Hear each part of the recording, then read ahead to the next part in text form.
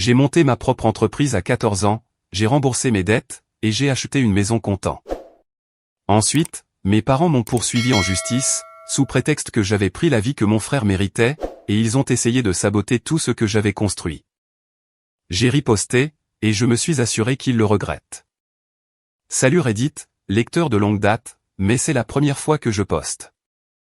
J'ai été élevé, pour faire simple, par des gens qui pensaient que je leur devais tout, juste parce qu'ils m'avaient donné la vie. Mais ce n'était pas seulement ça.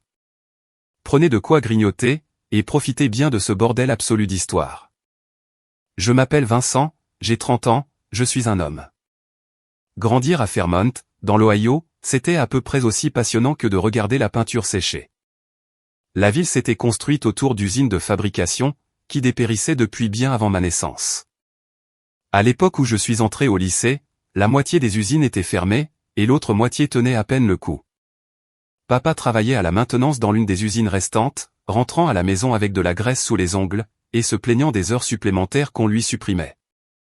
Maman tenait la caisse dans une épicerie, à temps partiel, surtout pour profiter de la réduction employée. L'argent a toujours été un problème. Les factures s'empilaient sur le comptoir de la cuisine, et les avis de retard se mélangeaient aux courriers indésirables. Le câble était coupé tous les quelques mois, jusqu'à ce que quelqu'un se souvienne de le payer. Et puis, il y avait Adrien, mon frère aîné de 2 ans.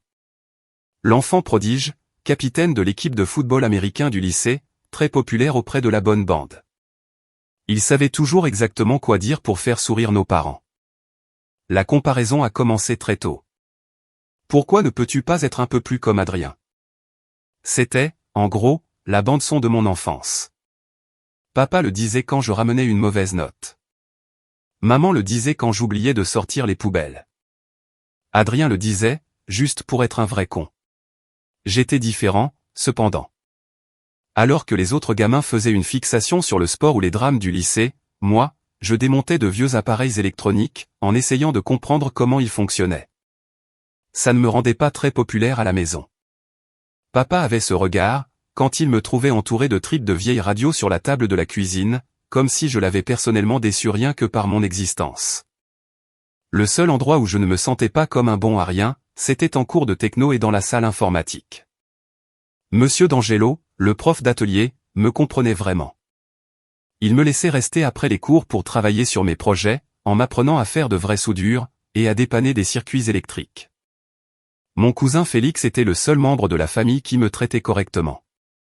Il avait 1 an de plus que moi, travaillait au garage automobile de son père, et avait ce don pour rendre les choses beaucoup moins sérieuses qu'elles n'en avaient l'air. Quand les dîners de famille devenaient tendus, Félix sortait une blague qui, d'une manière ou d'une autre, calmait tout le monde, sans pour autant s'attirer d'ennui. Ce gamin savait comment détendre l'atmosphère. Tout a changé un jeudi, en rentrant de l'école. Notre voisin, Monsieur Kowalski, sortait des affaires sur le trottoir, et juste là, trônait un vieux système de caisse enregistreuse, provenant de sa quincaillerie. Le truc était antique, probablement du début des années 2000, mais il avait de bons restes. J'ai demandé si je pouvais l'avoir. Il a ri, et m'a dit que le réparateur voulait 300 € pour le réparer. C'était plus simple d'en acheter un nouveau. Il m'a dit de le prendre si je le voulais, du moment que je le débarrassais de son trottoir. Ce système de caisse est devenu mon monde entier pendant le mois qui a suivi. J'ai passé tous mes après-midi dans notre sous-sol à le démonter, à lire des manuels techniques que je trouvais en ligne, et à regarder des vidéos YouTube sur des systèmes obsolètes. Notre voisine, Madame Peppers, passait parfois une tête pour me demander ce que je faisais. C'était l'une de ces voisines qui savait tout sur tout le monde, curieuse comme pas possible, mais d'une manière qui, parfois, aidait vraiment. Elle m'apportait des trucs à grignoter, et me parlait d'autres personnes du quartier qui avaient des appareils électroniques cassés. Quand j'ai enfin réussi à faire fonctionner ce système, en tapant des transactions de test et en les regardant être traitées, j'ai ressenti une immense fierté. Monsieur Kowalski a vu le système réparé quand il est venu emprunter l'échelle de papa, et il en a parlé au type qui possédait le magasin de pièces auto sur la rue principale. La chose suivante que j'ai su, c'est qu'un gars nommé Rick était à notre porte, m'offrant 50 € pour jeter un œil au système de caisse de son magasin, qui n'arrêtait pas de planter. Je l'ai réparé en 2 heures. Un simple problème de logiciel, une base de données corrompue qu'il fallait reconstruire. Rick m'a regardé travailler, Elle m'a posé des questions sur ce que je faisais. Quand j'ai eu terminé, il m'a tendu 75 € au lieu des 50 convenus. Tu as pris le temps d'expliquer, donc j'ai enfin compris ce qui n'allait pas. Ça vaut quelque chose. Les nouvelles vont vite dans une petite ville. En l'espace d'un mois, le propriétaire d'un magasin de fournitures pour le bâtiment m'a demandé si je pouvais mettre en place un système d'inventaire pour lui. Ensuite, un garage a voulu de l'aide pour moderniser le suivi de ses pièces de rechange. C'étaient tous des commerces ouvriers, fonctionnant avec des équipements anciens qui étaient à peine opérationnels. Ils ne pouvaient pas se permettre les grandes solutions d'entreprise, qui coûtaient des milliers d'euros. Mais ils étaient prêts à payer quelques centaines d'euros à un adolescent pour maintenir leur système en état de marche. J'ai installé mon atelier dans notre sous-sol, récupéré un établi dans un vide-grenier, organisé mes outils, et commencé à garder des pièces de rechange de systèmes cassés. À 15 ans, je gagnais très bien ma vie. Assez pour ramener 300 ou 400 € par semaine. La réaction de mes parents a été prévisible. Papa se plaignait que mon équipement prenait de la place dans le sous-sol, oubliant, au passage, que l'espace était complètement vide avant. Mais quand j'ai ramené 600 € ce premier mois, soudainement, ils s'y sont intéressés. Maman a pris la moitié de l'argent, disant que je devais contribuer au foyer, et commencer à payer ma part. J'avais 15 ans, je n'étais qu'un gamin, mais me disputer ne m'aurait mené nulle part. Alors, j'ai commencé à tenir une double comptabilité. Ils pouvaient prendre leur part sur ce que je leur montrais, et le reste allait dans un coffre que je gardais caché derrière le chauffe-eau. Pendant ce temps, Adrien a eu un nouvel ordinateur portable pour les cours. Il recevait l'argent de l'essence à chaque fois qu'il le demandait, et il voyait son équipement de football payé sans que personne ne sourcille. Mon entreprise, selon papa, ce n'était qu'une passade qui me passerait. Mais ça continuait de grandir. Magasin de pièces auto, quincaillerie, petits fournisseurs d'entrepreneurs, ils avaient tous les mêmes problèmes, des systèmes qui fonctionnaient à peine, pas de vrai suivi des stocks, et tout se faisait sur papier ou sur des ordinateurs préhistoriques. J'ai commencé à créer des solutions sur mesure pour eux. Des systèmes de caisse simples, avec une gestion de base des stocks, fiable et bon marché. À 16 ans, je gagnais plus que le travail à mi-temps de ma mère. J'avais embauché Félix pour m'aider avec les installations. Ce garçon était doué de ses mains, et il savait parler aux clients sans avoir l'air d'un robot. On se partageait les contrats 70/30, et il était ravi d'avoir de l'argent de poche pendant que je construisais un vrai projet. C'est là que j'ai fait l'erreur de ramener un chèque plus gros que d'habitude. 900 € pour l'installation d'un système dans une entreprise de plomberie. Je l'ai montré à mes parents au dîner, cherchant probablement un peu de reconnaissance, ou je ne sais quoi. Les yeux de papa se sont écarquillés. Le lendemain, il m'a fait asseoir, avec un regard très sérieux, et m'a expliqué que, puisque je gagnais de l'argent pour de vrai, je devais commencer à payer un loyer, 400 € par mois, pour une chambre dans une maison qu'ils possédaient déjà. Dans l'esprit de mes parents, je leur étais redevable d'avoir existé dans leur maison pendant 16 ans. C'est devenu le schéma classique. Plus je gagnais, plus ils prenaient. Ça a commencé comme un loyer, puis c'est devenu une participation aux frais de la maison, pour enfin se transformer en tout ce dont ils avaient besoin ce mois-là. Adrien avait besoin de livres pour ses préparations universitaires? Ça sortait de la poche de Vincent. La voiture avait besoin de nouveaux pneus. Vincent s'en chargeait. J'ai vite compris que, dans notre maison, il y avait 2 poids, 2 mesures. Celle d'Adrien, où on lui servait tout sur un plateau d'argent, et les miennes, où on m'arrachait tout des mains. Le véritable électrochoc, il est arrivé juste après mon 17e anniversaire. Un relevé de carte de crédit est arrivé par la poste, avec mon nom dessus, pour un compte que je n'avais jamais ouvert. Puis un autre. 3 cartes différentes, toutes avec le plafond atteint. 28 000 € de dette à mon nom. Je me suis assis sur mon lit, fixant les chiffres, calculant combien de temps il me faudrait pour rembourser ça avec un salaire minimum. La réponse m'a donné envie de vomir. Je les ai coincés dans le salon, et j'ai jeté les relevés sur la table basse. Maman n'a même pas essayé de nier. Elle a juste dit qu'Adrien avait besoin d'une voiture pour la fac, qu'il devait réparer le toit, et que, puisque mon entreprise nous avait donné un bon crédit, il s'en était servi. Vous avez volé mon identité. Papa a à peine levé les yeux de la télévision. Ne sois pas si dramatique. C'est l'argent de la famille de toute façon. tu as vécu ici gratuitement pendant des années. Je vous paie 4 cents par mois depuis 1 an. Et maintenant, tu vas payer plus. Considère ça comme ta contribution à l'avenir de ton frère. Cette nuit-là, j'ai réalisé qu'ils ne me considéraient pas comme leur fils. Ils me voyaient comme une ressource. Et Adrien, qui est passé devant ma chambre plus tard dans la nuit, s'est arrêté dans l'encadrement de la porte avec un sourire en coin. Merci pour la voiture, petit frère. C'est à ce moment-là que j'ai su qu'il fallait que je foute le camp. J'ai appelé Félix le lendemain matin, et on s'est retrouvé au petit resto à la périphérie de la ville. J'ai étalé les relevés de cartes de crédit entre nous, sur la table, juste à côté du café brûlé et des beignets rassis. Félix a regardé les chiffres, puis il m'a regardé. Putain, Vincent. C'est carrément une usurpation d'identité. Ce sont mes parents. Ça ne change rien. C'est illégal au possible. Félix m'a mis en contact avec l'amie de sa mère, une avocate nommée Marlène, qui prenait parfois des dossiers pro bono. Elle a tout examiné, et m'a exposé mes options, porter plainte au pénal, ou demander l'émancipation légale. Je n'ai pas pu me résoudre à porter plainte. Malgré tout, il restait mes parents. Mais l'émancipation me séparerait légalement d'eux avant mes 18 ans, et couperait tout leur contrôle sur mes finances. Monter le dossier a pris 3 mois. J'ai tout documenté. Les cartes de crédit non autorisées, les relevés bancaires montrant les revenus réguliers de mon entreprise, des enregistrements que j'avais faits de conversations où mes parents parlaient tranquillement d'utiliser mes revenus. J'ai même tracé chaque euro que j'avais versé pour les dépenses du foyer. Le plus dur n'a pas été de rassembler les preuves, c'était d'accepter que je passais vraiment à l'acte. Ma décision s'est confirmée quand j'ai surpris maman en train de faire une demande en ligne pour une 4e carte de crédit, utilisant mon numéro de sécurité sociale comme si c'était le sien. Elle n'a même pas essayé de se cacher quand je suis entré. Elle a juste fermé l'ordinateur portable, et m'a dit de me mêler de mes affaires. Le jour où ils ont reçu l'assignation, la maison s'est transformée en zone de guerre. Le visage de mon père est devenu violet. Il a commencé à hurler à la trahison, et à parler de tous les sacrifices qu'ils avaient faits. Adrien se tenait là, secouant la tête, comme si c'était moi le salaud. « Comment peux-tu nous faire ça ?» a demandé maman, les larmes aux yeux.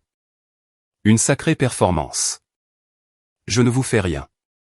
Je me protège. Nous sommes ta famille, a dit Adrien. La famille prend soin les uns des autres. C'est amusant, je n'ai pas vraiment l'impression qu'on prend soin de moi. J'ai emménagé avec Bruce D'Angelo pendant les 3 semaines précédant l'audience. Bruce était le frère aîné de Monsieur D'Angelo, un électricien à la retraite qui vivait seul dans une maison bien trop grande pour une seule personne. J'ai dormi sur son canapé, j'ai géré mon entreprise depuis son garage, et j'ai essayé d'ignorer les appels constants de mes parents qui exigeaient que je rentre à la maison. Ils ont tout essayé. Ils ont appelé mes clients. Ils ont débarqué chez Bruce en prétendant que je leur avais volé de l'argent. Ils ont même convaincu le prêtre de la famille de m'appeler pour me parler du respect dû aux parents. L'audience au tribunal a été difficile. Maman a joué à la perfection son rôle de parent dévasté, pleurant sur son fils perturbé qui avait toujours été difficile. Elle a déclaré qu'il n'avait pris le contrôle de mes finances que pour m'aider, parce que je n'étais qu'un enfant qui ne comprenait rien à l'argent. Le juge a examiné chaque document, a regardé les cartes de crédit non autorisées, a écouté les enregistrements, et a lu les relevés bancaires. Quand elle a rendu son verdict, elle n'y est pas allée de main morte. Elle a déclaré que le tribunal constatait clairement une exploitation financière, rendant toute cohabitation future impossible. Elle a accordé la requête. À 17 ans, j'étais légalement un adulte. Bruce m'a aidé à trouver un endroit où vivre, un appartement aménagé dans un garage, derrière un vieil entrepôt, dans la zone industrielle de la ville. J'ai rempli les papiers pour établir Valentini System, comme une véritable entreprise, et j'ai ouvert des comptes bancaires auxquels mes parents ne pouvaient pas toucher. La réalité m'a frappé de plein fouet. Après le loyer et les dépenses professionnelles, presque chaque euro passait dans le remboursement minimum de cette dette. J'ai fait un tableau Excel pour tout suivre. L'estimation initiale pour tout rembourser, 6 ans. 6 ans de ma vie, à payer pour leur choix à eux. Ma famille a complètement coupé les ponts. Adrien a bloqué mon numéro. Mes parents ont refusé de reconnaître mon existence. Ce premier Thanksgiving, j'ai mangé du poulet frit de station-service dans mon appartement, en travaillant sur un système de caisse pour une quincaillerie de la ville voisine. Madame Peppers est cependant passée avec une assiette de nourriture. D'une manière ou d'une autre, elle avait découvert où j'habitais. Elle n'a posé aucune question, elle m'a juste tendu l'assiette, et m'a dit qu'elle avait mis de côté mon courrier qui continuait d'arriver à mon ancienne adresse. Félix passait presque tous les week-ends, avec des trucs à grignoter et des histoires des dîners de famille auxquels je n'étais plus invité. Il me tenait au courant des drames. Il ne m'a jamais mis la pression pour que je me réconcilie avec eux, il a juste continué à être là, ce qui comptait sans doute plus pour moi qu'il ne le pensait. 8 mois après mon émancipation, le propriétaire d'une chaîne de pièces automobiles de taille moyenne m'a contacté pour refaire tout leur système. 5 succursales, toutes fonctionnant avec des installations anciennes et différentes. Aucune d'entre elles ne communiquait avec les autres. Il voulait un suivi centralisé des stocks, et un système de caisse moderne. C'était bien au-delà de tout ce que j'avais fait auparavant. Mais je ne le lui ai pas dit. Je lui ai juste donné un prix et un délai. Ensuite, j'ai passé les 3 semaines suivantes à apprendre tout ce que je pouvais sur les systèmes en réseau et les bases de données centralisées. Félix m'a aidé pour les installations physiques, pendant que je gérais la partie logicielle. Nous avons travaillé les soirs et les week-ends, testant et retestant jusqu'à ce que tout tourne parfaitement. Quand ce système a été mis en ligne et qu'il a réellement fonctionné, j'ai réalisé que j'avais vu trop petit. Ces entreprises artisanales et ouvrières avaient besoin de vraies solutions, pas juste de pansements sur des équipements mourants. Ils avaient besoin de systèmes construits spécifiquement pour leur façon de travailler. J'ai changé de cap du tout au tout. J'ai commencé à me concentrer exclusivement sur des systèmes de caisse et d'inventaire robustes pour ce type de magasin. Je me suis bâti une réputation en fournissant des systèmes à toute épreuve et pratique, des installations solides et fiables qui aidaient les ateliers à fonctionner avec plus de fluidité. À 18 ans, j'avais plus de travail que je ne pouvais en gérer seul. J'ai embauché 2 gars de l'université communautaire qui savaient vraiment ce qu'ils faisaient. J'ai déménagé l'entreprise de mon appartement-garage vers un véritable espace d'atelier, que j'ai loué au même propriétaire d'entrepôt. L'un d'eux, maçon, avait travaillé dans la vente au détail et connaissait les points faibles. Il suggérait des fonctionnalités auxquelles je n'aurais pas pensé, des touches de raccourci pour les articles courants, des rapports de fin de service qui avaient du sens, et qui rendaient les systèmes encore meilleurs. Le journal économique du comté voisin a publié un petit article sur les entreprises locales qui utilisaient des solutions technologiques sur mesure. L'article a mentionné mon entreprise, ce qui m'a amené de nouveaux clients des villes environnantes. On m'a invité à prendre la parole lors d'un salon pour les petites entreprises, sur le thème des solutions technologiques abordables. Après ma présentation, un représentant d'une grande entreprise m'a approché avec une offre de rachat. Il voulait me racheter, et transformer mes systèmes en un produit qu'il pourrait vendre à grande échelle. Le montant était tentant. Ça aurait effacé ma dette, et bien plus encore. J'y ai réfléchi pendant environ 10 minutes, avant de dire non. Ce n'était pas juste une entreprise. C'était la preuve que tous ceux qui m'avaient rayé de leur vie avaient eu tort. Vers l'âge de 19 ans, j'ai commencé à m'intéresser au travail du bois. Travailler de mes mains sur des projets non numériques m'aidait à me vider la tête. J'ai fabriqué un établi, puis une table basse, puis des petits meubles pour des amis. L'entreprise continuait de croître régulièrement. Plus de clients, plus de systèmes, une meilleure réputation. J'ai commencé à me spécialiser dans des secteurs spécifiques, les magasins de pièces auto, les fournisseurs de matériel de construction, les fournisseurs d'équipements industriels. J'ai créé des modèles que je pouvais personnaliser, au lieu de repartir de zéro à chaque fois. À 20 ans, j'avais ajouté à mes services le suivi des stocks de véhicules pour les concessionnaires de voitures d'occasion, puis je me suis développé dans le suivi des locations de matériel pour les agences de location d'outils. Chaque nouvel ajout s'appuyait sur le précédent, créant un véritable réseau d'entreprises locales qui avaient toutes besoin de solutions similaires. Mais le remboursement de la dette restait constant. Chaque mois, des centaines d'euros disparaissaient dans les intérêts et le capital. Regarder ce chiffre diminuer si lentement alors que mon entreprise grandissait était frustrant. J'ai commencé à tenir un deuxième tableau Excel, uniquement dédié au suivi du remboursement de la dette.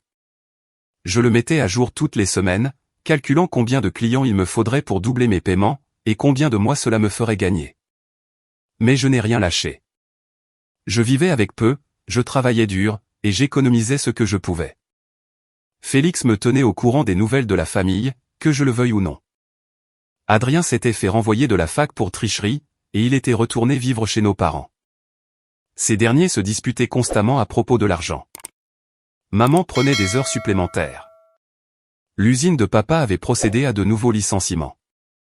Leur maison tombait en ruine.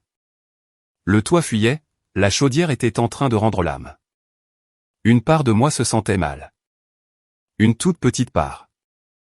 Le reste de moi se souvenait des 28 000 € de dettes frauduleuses. Madame Peppers passait parfois à mon atelier avec de la nourriture, trouvant toujours une excuse sur le fait qu'elle était, dans le quartier. Elle glissait négligemment avoir vu mes parents à l'épicerie, et soulignait à quel point ils avaient l'air fatigués. Vers 21 ans, j'ai commencé à fréquenter le stand de tir le week-end. C'est Félix qui m'y avait initié. Il y a quelque chose d'apaisant dans la concentration requise pour le tir sur cible. Tout le reste disparaît quand vous essayez de toucher le centre à 25 mètres. La vraie percée a eu lieu quand j'ai décroché un contrat avec une chaîne régionale de quincaillerie. 12 magasins, nécessitant tous une refonte complète de leur système. Le plus gros projet que j'avais jamais accepté. J'ai embauché 3 personnes de plus pour aider à gérer la charge de travail, et j'ai loué un espace d'atelier supplémentaire. Ce projet a placé Valentini Systems sur la carte de la région. Au moment où j'ai eu 22 ans, j'avais une base de clients solides, des revenus fiables, et une réputation de bâtisseur de systèmes qui fonctionnait vraiment. Ce n'était pas encore ce que la plupart des gens appelleraient le vrai succès, mais je m'en sortais, je construisais quelque chose de concret, et je le faisais entièrement par moi-même. La dette a finalement atteint 0 environ un mois après mon 23e anniversaire. 6 ans d'efforts acharnés, à vivre chichement, et à diriger chaque euro supplémentaire vers ses remboursements. Le jour où j'ai effectué ce dernier paiement, je me suis assis dans mon appartement, fixant l'écran de confirmation. Compte payé en totalité.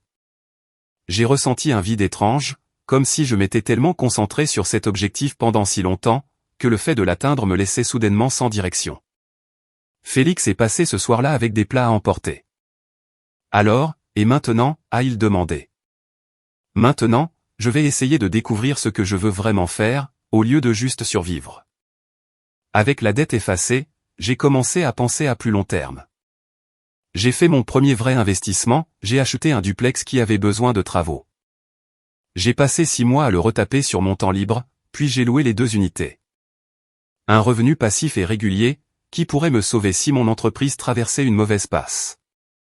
J'ai aussi commencé à regarder les propriétés pour y vivre moi-même. Pendant 6 ans après l'émancipation, le contact avec ma famille a été proche de 0. Il n'y avait que les mises à jour de Félix sur les désastres continus à la maison. Le dysfonctionnement habituel. Et puis, l'invitation est arrivée. Une enveloppe simple, une carte imprimée. Vous êtes invité à célébrer le départ à la retraite de Léonard Valentini. Je l'ai fixé pendant une bonne heure. Papa prenait sa retraite de l'usine, et, apparemment, il voulait que je sois là pour fêter ça. Félix m'a appelé le jour même. Tu as reçu l'invitation? Ouais. Tu y vas? Je n'ai pas encore décidé. Ta mère m'a demandé si je pensais que tu viendrais. Ça a l'air important pour eux. Quelque chose clochait. Pourtant, allant contre tous mes instincts qui me hurlaient que c'était une mauvaise idée, j'ai répondu oui à l'invitation. La fête de retraite se tenait dans la salle de l'association des vétérans, VFW, de Fairmont. Rien d'extravagant, juste la configuration classique pour une retraite. Du mauvais café, un gâteau industriel du supermarché, et un diaporama sur la carrière de mon père que personne ne regardait vraiment. Y entrer m'a fait un effet surréaliste. Il y avait des visages familiers de mon enfance, qui me regardaient tous avec des degrés divers de surprise. Les conversations se mettaient en pause quand j'entrais. Mes parents se sont approchés ensemble. Papa avait mal vieilli. Plus de cheveux gris, plus de poids autour du ventre, les épaules affaissées de façon permanente par des années de travail physique. Maman avait toujours cette même apparence soigneusement entretenue, coiffure et maquillage parfait, mais elle affichait cette expression pincée, comme si la vie l'avait déçue. Vincent, content que tu aies pu venir, a dit papa, distant et solennel. Félicitations pour la retraite. Adrien est resté en retrait au début, puis s'est approché avec ce faux sourire plaqué sur le visage. Petit frère. Ça fait un bail. J'ai entendu dire que ta petite affaire marchait pas mal. sapaient les factures. Ils m'ont présenté aux collègues de mon père comme notre autre fils qui travaille dans l'informatique. Tout au long de la soirée, j'ai gardé mes distances, échangeant des banalités avec des gens dont je me souvenais à peine, tout en observant la dynamique. Quelque chose ne tournait pas rond. La fête semblait bien trop chère pour le départ à la retraite d'un ouvrier d'usine. Près du buffet, j'ai entendu mon oncle parler à l'un des anciens collègues de mon père. Maintenant que Vincent est de retour dans le tableau, Léonard espère un peu d'aide. Le gamin a bien réussi. Il est temps qu'il prenne ses responsabilités envers la famille. Plus tard, j'ai capté des bribes de conversation. Des plans pour un gros camping-car que papa aurait prétendument acheté. Maman qui mentionnait une croisière qu'ils avaient réservée. Adrien qui lâchait l'air de rien qu'il venait de verser un acompte pour un appartement en ville. Rien de tout cela n'avait de sens. Madame Peppers était là aussi. Elle s'est glissée près de moi à un moment donné, tenant une assiette remplie de ses tristes amuse-gueules. Fête intéressante, a-t-elle dit.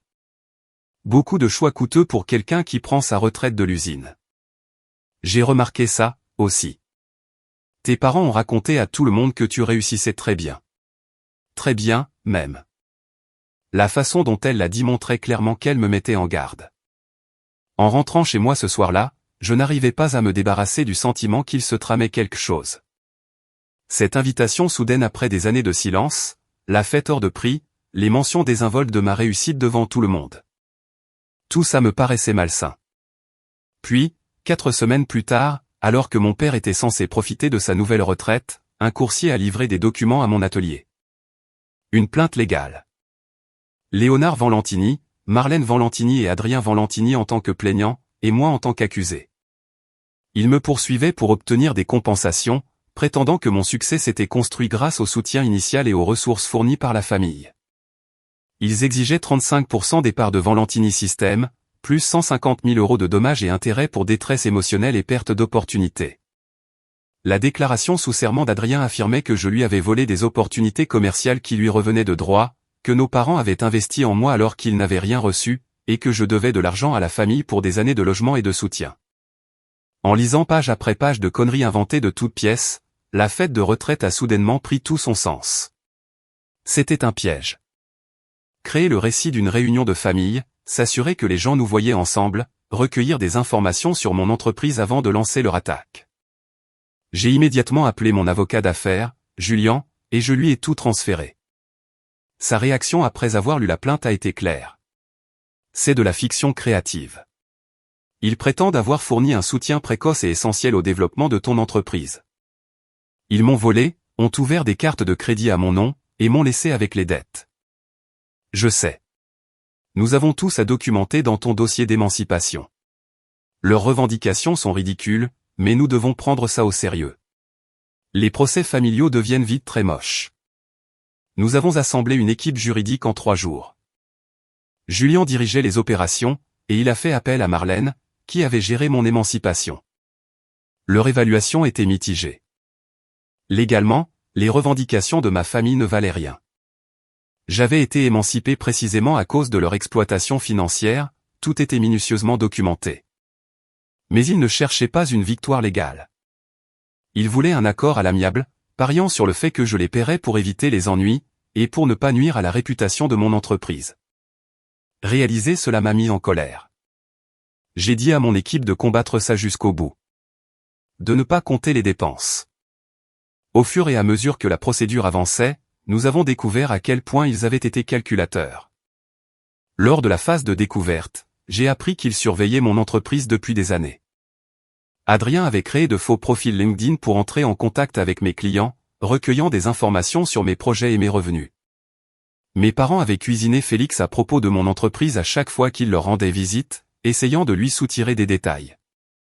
Le plus troublant, c'était la preuve que quelqu'un avait tenté d'accéder à mes comptes bancaires professionnels en utilisant les réponses aux questions de sécurité.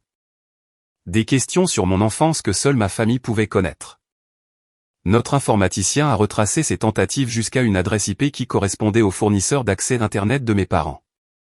Les implications en matière de sécurité étaient suffisamment graves pour que je renforce les protections sur absolument tout. J'ai changé toutes les questions de sécurité pour mettre des réponses qui n'avaient aucun lien avec mon histoire réelle. Félix s'est senti terriblement coupable quand il a découvert qu'ils avaient utilisé des informations qu'il avait mentionnées en passant.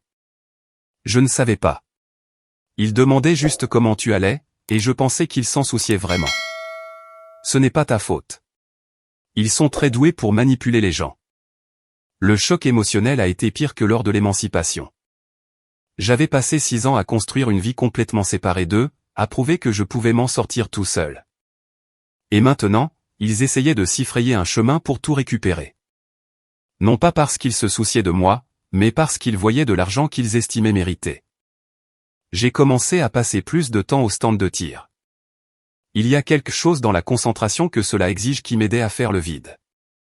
Félix me rejoignait presque tous les week-ends, et on brûlait des munitions sans dire un mot sur le procès.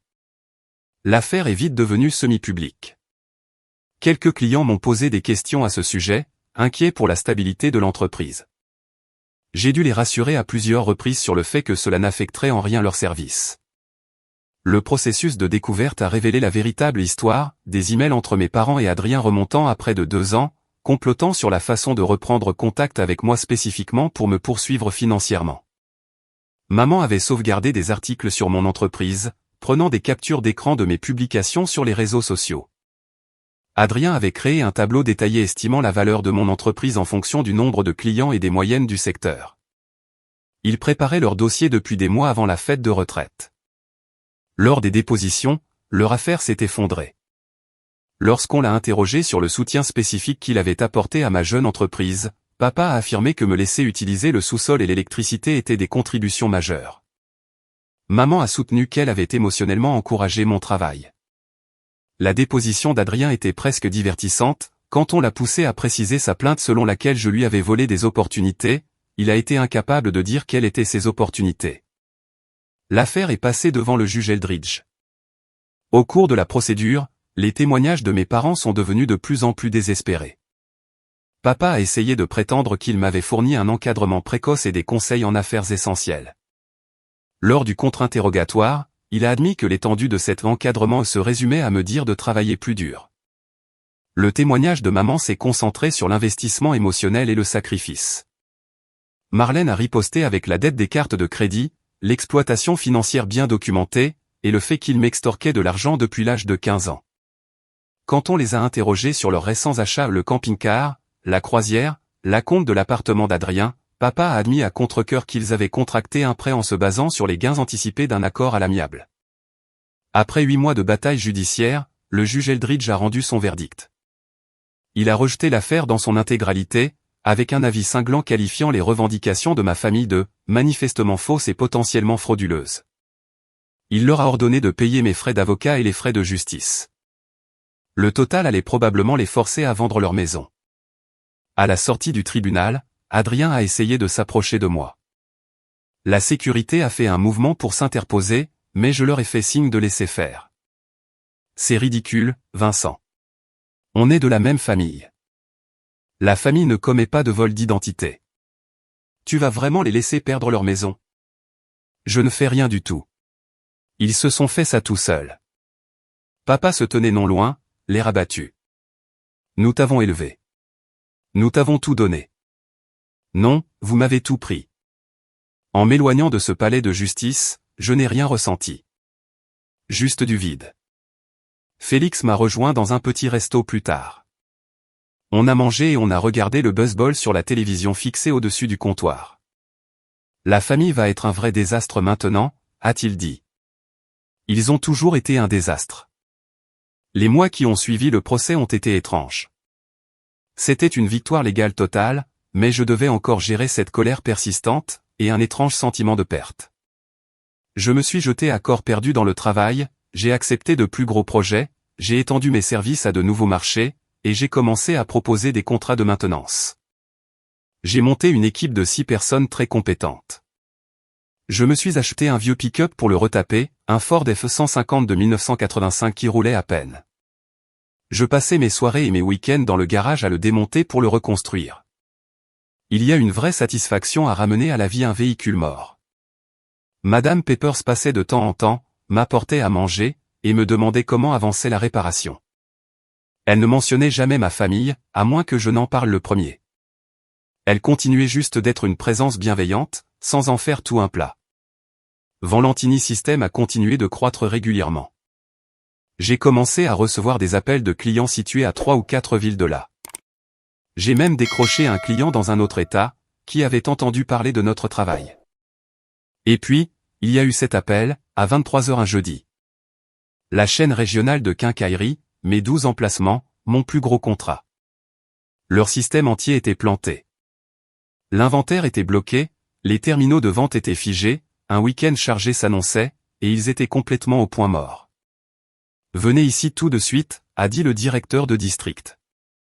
Aucune formule de politesse, juste l'urgence. J'ai attrapé mon kit de secours, j'ai appelé Félix et l'un de mes développeurs, et on s'est retrouvés au magasin principal dans l'heure.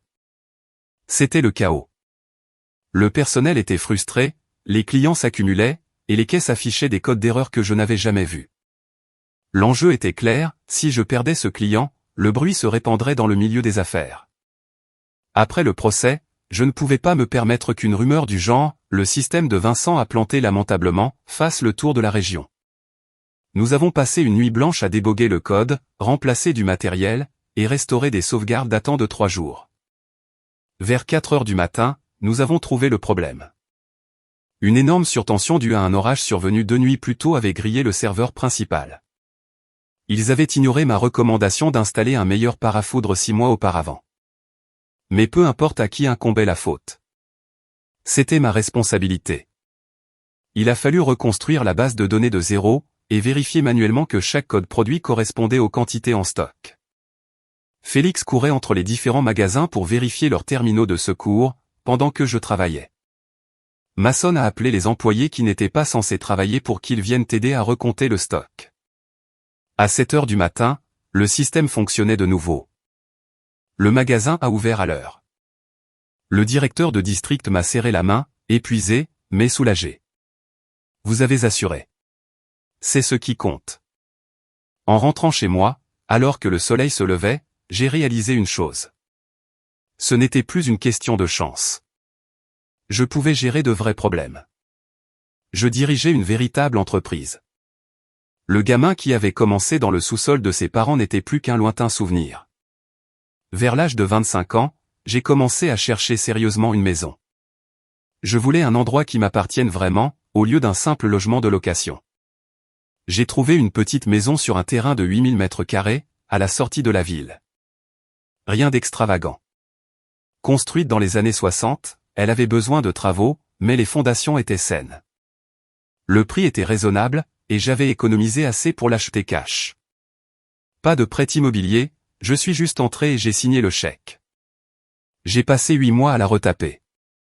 Félix m'a aidé pour les grosses œuvres, et on passait nos week-ends à poser des cloisons ou à installer des placards. Quand la maison a été prête, j'ai organisé une petite fête. Juste mon équipe de travail, Félix, et des amis du stand de tir. Madame Peppers est venue avec assez de nourriture pour nourrir le double de personnes. Debout sur ma terrasse arrière ce soir-là, j'ai ressenti un truc nouveau. Peut-être du contentement, ou juste l'absence de stress constant.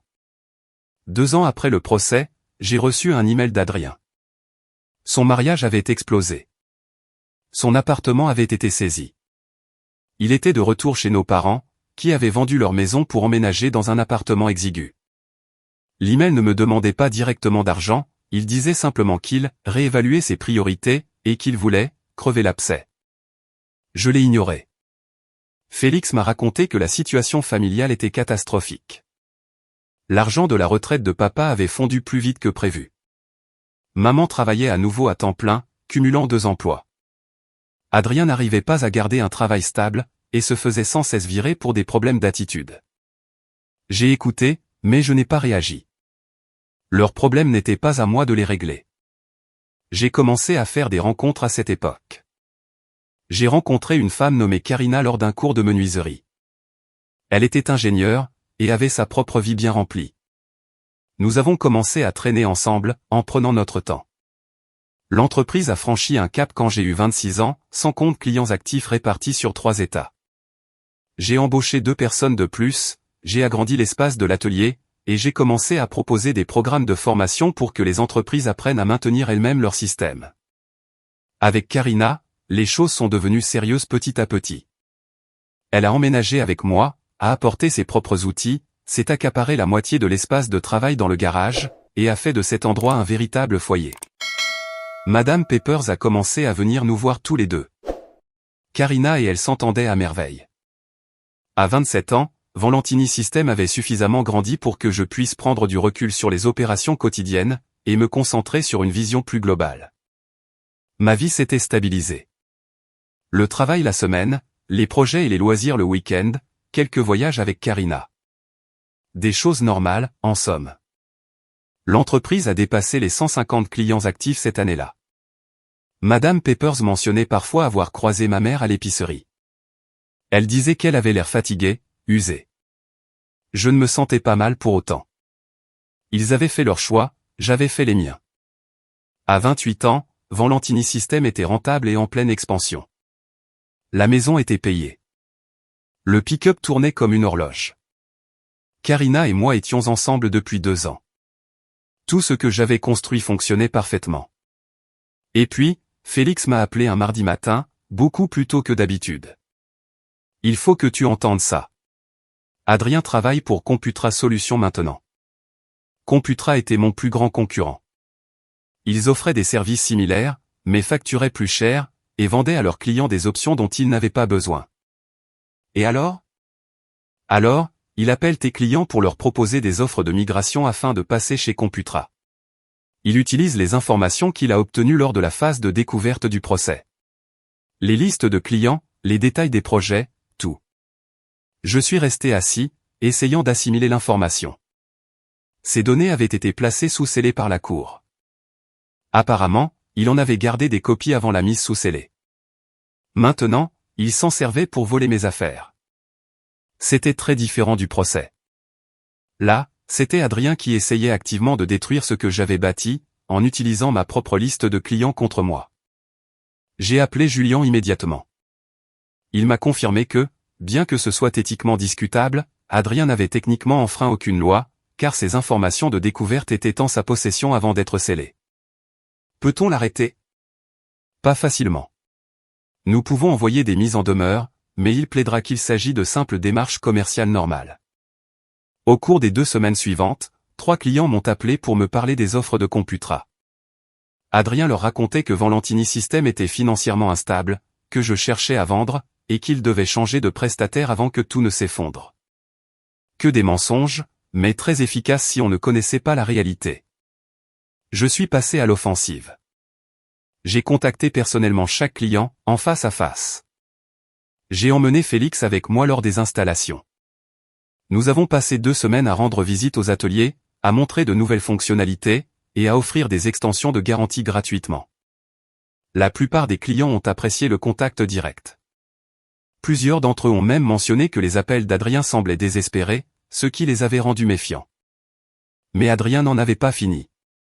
Il a commencé à répandre des rumeurs selon lesquelles Valentini System faisait l'objet d'une enquête pour fraude. Totalement inventée, mais très dommageable. Madame Peppers en a entendu parler par quelqu'un de son église, et m'a appelé immédiatement pour me prévenir. Cependant, cette campagne de diffamation s'est retournée contre lui. L'un de mes clients, Rick, de la chaîne de pièces automobiles, m'a appelé après avoir entendu ces rumeurs. Il avait vérifié auprès du Bureau d'éthique commerciale, BBB, et du Conseil des licences de l'État, il n'y avait absolument rien dans mon dossier. Je lui ai expliqué la situation familiale, le procès, toute l'histoire. C'est ton propre frère qui essaie de couler ton entreprise. Un long silence a suivi. C'est vraiment bas. Je vais passer quelques coups de fil. En moins d'1 semaine, la communauté des affaires avait fait circuler l'information sur les méthodes d'Adrien. La réputation de Computra en a pris un coup, rien que pour l'avoir embauché. Plusieurs propriétaires de magasins m'ont appelé spécifiquement pour me dire qu'ils avaient rembarré Adrien d'entrée de jeu. Le plan d'Adrien a lamentablement échoué. Pire encore pour lui, ça a renforcé ma position. Les clients qui étaient de simples habitués me sont devenus fidèles, et de nouveaux clients m'ont approché précisément parce qu'ils avaient entendu parler de la façon dont j'avais géré l'affaire. Computra a licencié Adrien au bout de 6 semaines. La vraie victoire est arrivée 3 mois plus tard. Le directeur régional de l'une des plus grandes entreprises de location de matériel du Midwest m'a appelé pour me proposer un partenariat. Ils avaient entendu parler de nous par la communauté locale des affaires. Cette histoire a prouvé que vous avez de l'intégrité, a-t-il dit lors de notre rencontre. Il était intéressé par un contrat couvrant 43 de leurs emplacements. C'était la plus grande opportunité que j'avais jamais eue. Nous avons négocié pendant 2 semaines. L'accord final portait sur un contrat de 3 ans, avec des options de prolongation, et des revenus qui allaient doubler la taille de mon entreprise. J'ai signé le contrat un vendredi après-midi. Je suis resté assis dans mon bureau après ça, à regarder le document, essayant de réaliser ce qui venait de se passer. 2 semaines plus tard, un email est arrivé du Conseil des licences de l'État, une plainte officielle avait été déposée contre Valentini Systems, alléguant des pratiques d'installation dangereuses et des méthodes trompeuses envers les clients. Un rapport anonyme. Une enquête était nécessaire avant que mes contrats ne puissent se poursuivre. Mon estomac s'est noué. J'ai appelé Julien sur le champ. Il faut qu'on s'occupe de ça, et vite. Nous avons fouillé la plainte. Elle citait des projets spécifiques datant d'il y a 3 ans, donnait des détails sur la structure initiale de mon entreprise, et mentionnait l'espace de travail dans le sous-sol de mes parents. Des informations que seule une personne de l'intérieur pouvait connaître. C'est ta famille, a dit Julien. Oui, bien sûr que c'était eux. Ces gens n'abandonnent jamais. Nous avons déposé une réponse détaillée, avec la documentation prouvant que chaque installation respectait les normes, incluant des témoignages de clients, et démontrant que notre dossier de sécurité était irréprochable. Le Conseil des licences a mené son enquête pendant 2 semaines, puis la plainte a été rejetée, jugée sans fondement. Aucune preuve, une source anonyme motivée par une rancune évidente, et contredite par une documentation exhaustive. Même après tout ça, ils essayaient encore de s'immiscer dans ma vie pour détruire ce que j'avais bâti. Et ils continuaient d'échouer. Le soutien de la communauté locale des affaires a confirmé ce que je savais déjà, une réputation ne se construit pas sur ce que votre famille dit de vous, elle se construit sur ce que vous accomplissez réellement. L'expansion de l'entreprise s'est faite à un rythme effréné après ça. J'ai embauché de nouvelles personnes dans les 3 mois, j'ai loué un espace d'atelier beaucoup plus grand, puis j'ai fini par racheter le bâtiment au lieu de le louer. C'était la chose logique à faire financièrement, et devenir propriétaire des lieux me semblait juste. J'ai fait de Félix mon associé à peu près à la même époque, en lui donnant 20% des parts. Il était là depuis le début, il méritait de faire partie de l'aventure de manière concrète. Nous avons signé les papiers du partenariat dans un café, juste tous les deux. Ça arrive vraiment, a dit Félix. Ouais. Je n'aurais pas pu le faire sans toi. Bien sûr que si. Ça aurait juste pris plus de temps. À 29 ans, nous avions plus de 200 clients actifs répartis sur 5 États. L'entreprise que j'avais commencée dans le sous-sol de mes parents était devenue quelque chose de parfaitement légitime, évaluée à environ un demi-million d'euros, avec des prévisions de croissance stable. Karina et moi nous sommes fiancés. Madame Peppers a commencé à apporter des magazines de mariage. Félix m'a organisé un enterrement de vie de garçon très posé, juste de la pêche et des pizzas. Félix me tenait parfois au courant de la situation familiale. Adrien travaillait dans la vente au détail, vivant toujours avec nos parents dans leur appartement exigu. Les problèmes de santé de papa l'empêchaient de travailler. Maman était épuisée par ses multiples emplois. Toute cette situation était un désastre dont ils étaient les seuls responsables. Je n'ai jamais cherché à les contacter, je ne m'en suis jamais mêlé. Un soir, debout dans mon atelier, j'ai réalisé que la meilleure vengeance, c'est de construire quelque chose que personne d'autre ne peut atteindre. Papa a essayé de me contacter une seule fois, par l'intermédiaire de Madame Peppers. Il voulait qu'on se parle pour se réconcilier, et l'a supplié de me convaincre de leur donner une chance. Pas intéressé, lui ai-je répondu. Certains ponts, une fois brûlés, feraient mieux de rester en cendres.